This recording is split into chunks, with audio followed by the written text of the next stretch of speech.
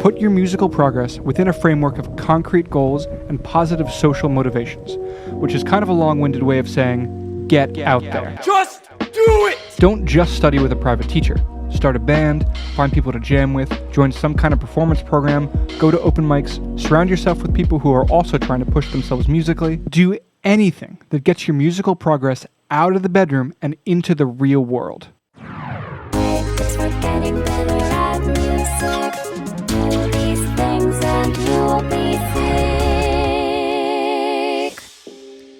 Theoretically, one of the main things a teacher does is to manage people's progress by seeing them regularly, showing them some things, leaving them with something to work on, and then building upon that in the next lesson, leading the student on some kind of linear upward trajectory. The scandalous truth is that on its own, this is mostly ineffective. Wait, what? It's the rare student who's so self-motivated that they come in every week having practiced what was assigned, ready to build on that knowledge in any kind of organized way. And it's not because students are lazy, it's because this kind of disciplined academic approach is only one dimension to learning a skill. It's an important dimension, but what's missing is that you really build skills by doing real things out in the world with other people. A few times, me and my music teacher friends have gotten our students together to put on performance recitals.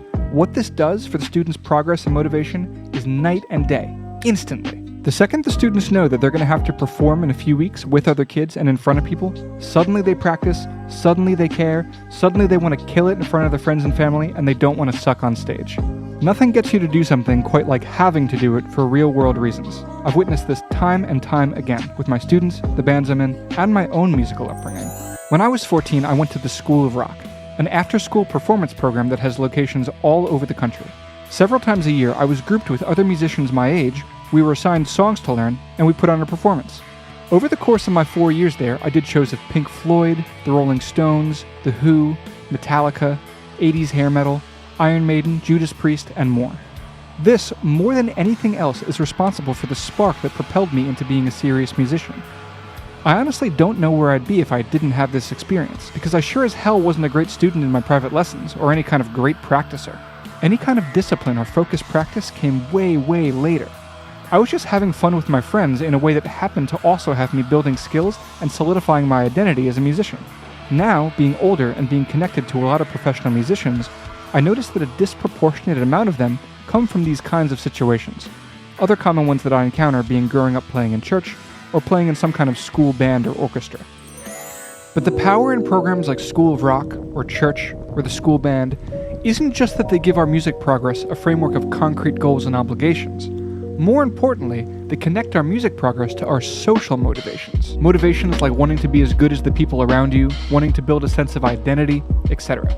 These things are way more potent motivators than simply explaining to a student why they should learn their scales. Also, you absorb the values of the people you surround yourself with, and there's nothing more valuable to your musical growth than being in a setting in which being a good musician is the dominant social value. So if you're a parent and your child is into music, have them join the school band.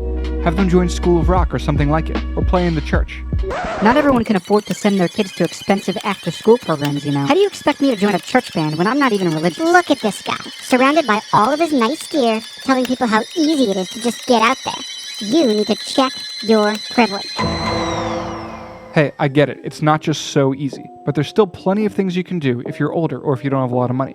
Try joining or starting a band, or checking out your local open mic scene.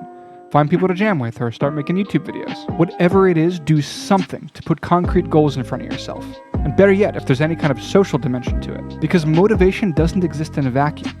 You need your actions to interact with the outside world and other people in order to have a reason to care in the kind of sustained way that long-term progress requires. The reason for this is that scales are boring. Music theory is dry and boring, at least at first. You take that back! You'll regret saying that! I, as an experienced musician and teacher, know that that stuff is crucial, but just explaining why to a student and assigning them some scales to work on doesn't quite do it. And even if you do practice your scales, that'll only get you like 10% of the way there to actually knowing them.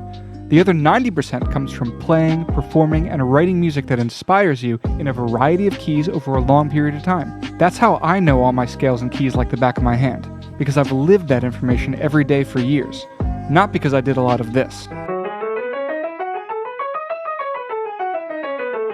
Although I also did a lot of that, and so should you. But I digress. So in summary, get out there. no matter how far along you are in your musical journey, and especially if you're not that far along. Join a band, start performing at open mics, find people to jam with, write an album, start a YouTube channel, play in church, join a performance program, surround yourself with people who are also trying to push themselves musically, anything that gets your musical progress out of the bedroom and into the real world.